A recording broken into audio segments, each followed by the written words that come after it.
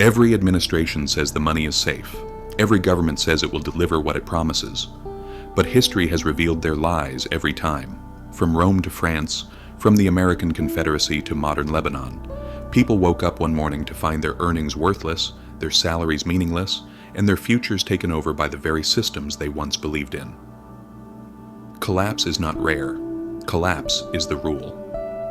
The real question is not whether financial systems can collapse. It is how we can protect ourselves when they do. The illusion of permanence is the riskiest financial mistake one can make. We look at our bank accounts, our national savings, and tell ourselves that they are protected. But money cannot be as solid as rock. Money is trust, and trust can vanish overnight. That's why history spares no one. It forces us to learn. Every collapse leaves behind lessons, patterns, and evidence, what truly preserves wealth and what turns to dust. If you watch closely, those who survive disasters are not the most trusting, but the most skeptical ones. Lessons from Byzantium. The Byzantine Empire, also known as the Eastern Roman Empire, is remembered for surviving 1,000 years after the western part collapsed. At the core of its economy stood the gold solidus, used all over the world. It was perhaps the most trustworthy currency of the Middle Ages, almost like today's dollar. Okay, maybe that's an exaggeration. But here's what catches our attention. You'd think they'd have learned from Rome's mistake of debasing the silver denarius, but no. As centuries passed, the Byzantines made the same error of diluting their gold. They reduced its purity and mixed it with cheap metals. At first, people didn't notice. Then, trust began to fade. The currency that kept Mediterranean trade running suddenly turned into a political crisis. The debasement of money damaged its reputation. The Byzantine economy collapsed with it. So what survived? Paper promises, government words, number. Those who held real gold or lands beyond the empire's reach preserved their wealth. Some even benefited from the chaos. First lesson. Governments cannot resist the temptation to dilute their money, because when they do, it seems like they have more of it. But nothing in life is ever as it seems. From the plague to COVID, unexpected blows. Not every collapse comes from government mistakes. Sometimes disaster is the result of external forces. In the mid-14th century, Europe faced the most devastating pandemic in history, the Black Death.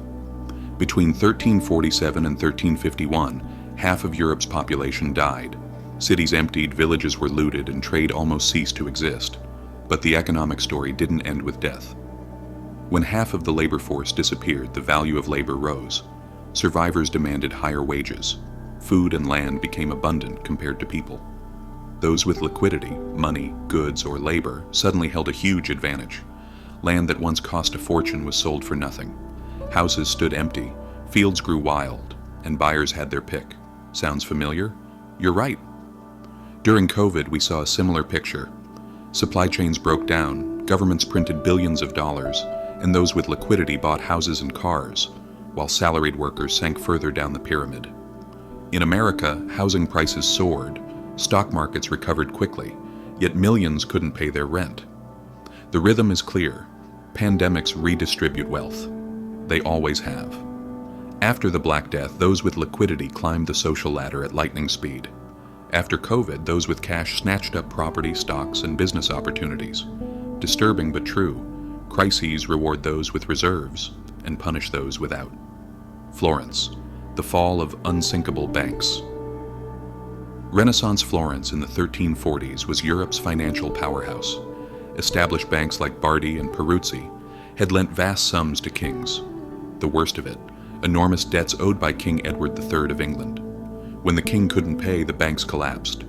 Depositors lost their money, trade froze, and the city fell into crisis. Citizens learned there's no such thing as too big to fail. Size isn't safety.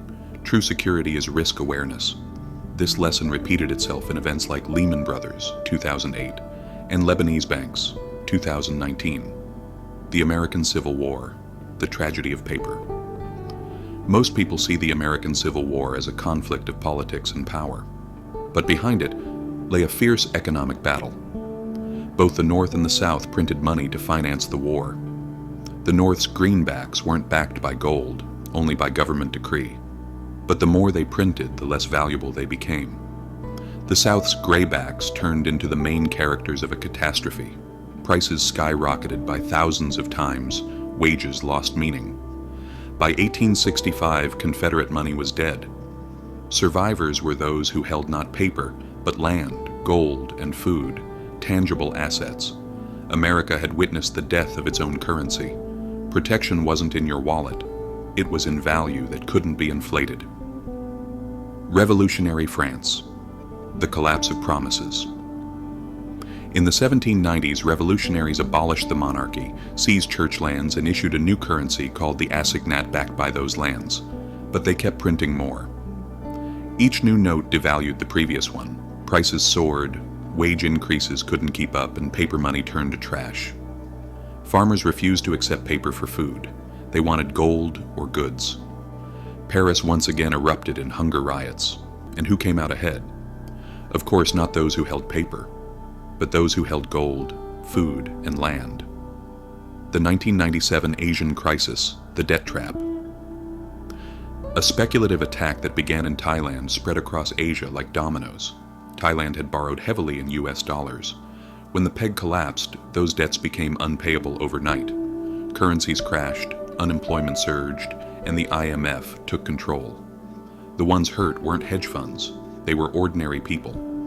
Debt held in someone else's currency is nothing but a devaluation trap. Modern Lebanon and today.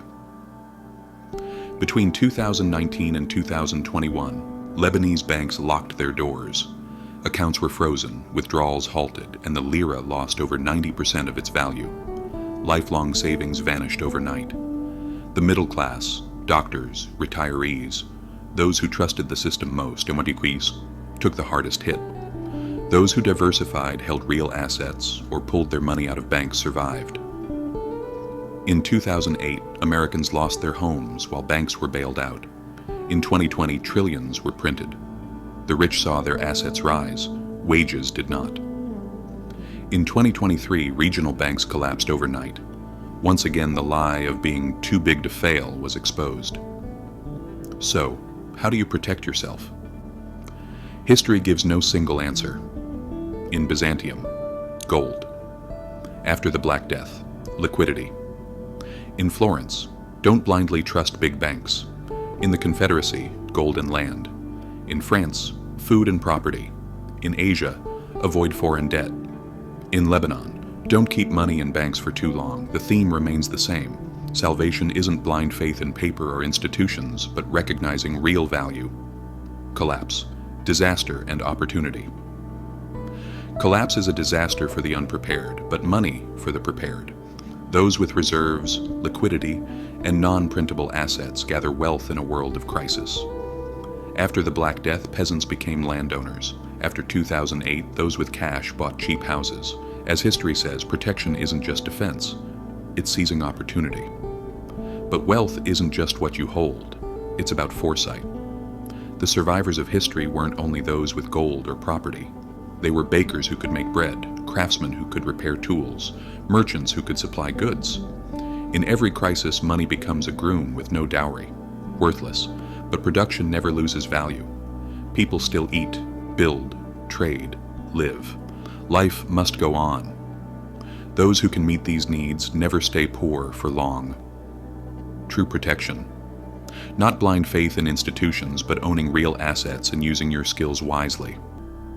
Every crisis is an opportunity, from the overly trusting to the prepared, from paper promises to tangible value, from passive savers to active producers. History has lived this over and over again. So the question is, when everything collapses, do you hold promises or reality? History doesn't repeat itself, but if you don't learn from it, it comes back to crush you.